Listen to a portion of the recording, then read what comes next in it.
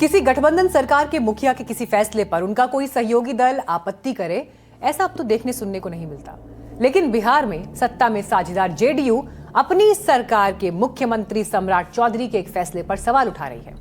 दरअसल बिहार के मुख्यमंत्री सम्राट चौधरी ने मॉडल स्कूलों का नाम बदलकर सरस्वती विद्या निकेतन कर दिया। लेकिन उन्होंने सिर्फ इतना ही नहीं किया, बल्कि स्कूल की इमारतों का रंग भी बदलकर भगवा कर दिया। और ऐसे स्कूल की संख्या 10, 20, 50 या 100 नहीं, 551 है। बिहार के इन सभी 551 स्कूलों की इमारतों पर भगवा पोत दिया गया है। लेकिन ये फैसला बीजेपी की लंबे समय से सहयोगी रही जेडीयू को खटक गया।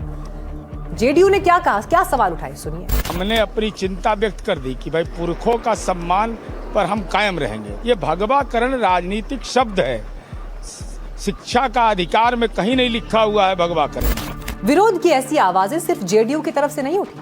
551 मॉडर्न स्कूल्स का नाम बदलना और उनकी बिल्डिंग को भगवा रंग में रंग देना विपक्षी पार्टियों को भी रास नहीं आया। गलत है, उसका मैं विरोध करता हूं और राज्यव्यापी इसका आंदोलन होगा। मैं निंदा करता हूं, भगवाकरण होने नहीं दिया जाएगा। ये दीवारों का भगवाकरण नहीं है, बल्कि एजुकेशन का भगवाकरण है। और ये हमारा सेकुलर फैब्रिक, जो हमारा फंडामेंटल राइट है, उसके बिल्कुल खिलाफ है। विपक्ष सरकार के फैसले पर सवाल उठाए, ये बात तो समझ आती है, लेकिन सरकार में शामिल जेडीयू भी सवाल उठा रही है और ये बात खुद बीजेपी को भी हजम नहीं हो पा रही। जेडीयू के सब नेता हम लोग के साथ थे, उद्घाटन में माननीय विजय चौधरी जी साथ में थे। इस पे तो किसी का कोई सवाल नहीं। हाँ, नीरज जी ने जरूर कहा है कि जिन लोगों के नाम से विद्यालय भवनों का नामकरण है, तो सवाल ही नहीं है कि उनका नाम वहां से हटाया जाए। तो मॉडर्न स्कूल्स का नाम बदलने और उनकी इमारतों को भगवा कर देने के मामले में बिहार सरकार को सफाई देनी पड़ रही है। और इसीलिए सवाल उठ रहे हैं कि आखिर जेडीयू को अपनी ही सरकार के फैसले पर सवाल क्यों उठाने पड़े। क्या ये जेडीयू का कोई पॉलिटिकल खेल है? जब इसकी बिग पिक्चर देखते हैं तो समझ में आता है कि जेडीयू बीजेपी को यह एहसास कराने की कोशिश में है शायद कि उसकी बात का भी कोई वजन है। जेडीयू बीजेपी को अपने वजूद का एहसास कराना चाहती है। बेशक ये मसला बिहार का हो, लेकिन इसमें एक नेशनल लेवल का साउंड भी है।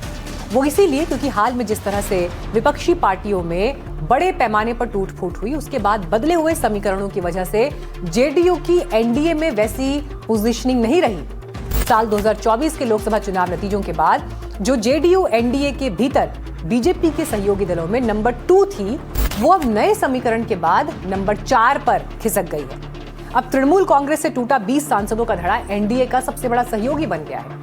इसके बाद टीडीपी 16 सांसदों के साथ एनडीए की दूसरी बड़ी सहयोगी है, जो पहले नंबर 1 थी। एकनाथ शिंदे की शिवसेना के पास 7 लोकसभा सांसद थे, लेकिन उद्धव ठाकरे की पार्टी के 6 बागियों को मिलाकर उनका नंबर 13 हो गया है। और जेडीयू चली गई है चौथे नंबर पर, क्योंकि उसके पास अब 12 सांसद हैं। जाहिर है जेडीयू को लग रहा है कि नए समीकरणों के बाद उनकी राजनीतिक हैसियत घट सकती है।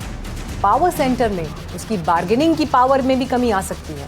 मुमकिन है बिहार में जेडीयू का अपनी ही सरकार के फैसले के विरोध में खड़ा होना इसलिए कोई पॉलिटिकल प्लान हो, क्योंकि बिहार जेडीयू के लिए अपनी राजनीतिक मौजूदगी दर्ज कराने का मंच भी है। बड़ा सवाल यह है कि क्या जेडीयू इस बहाने बीजेपी को यह संदेश भी देना चाहती है कि गठबंधन में हम सिर्फ संख्या नहीं बल्कि साझेदार भी हैं।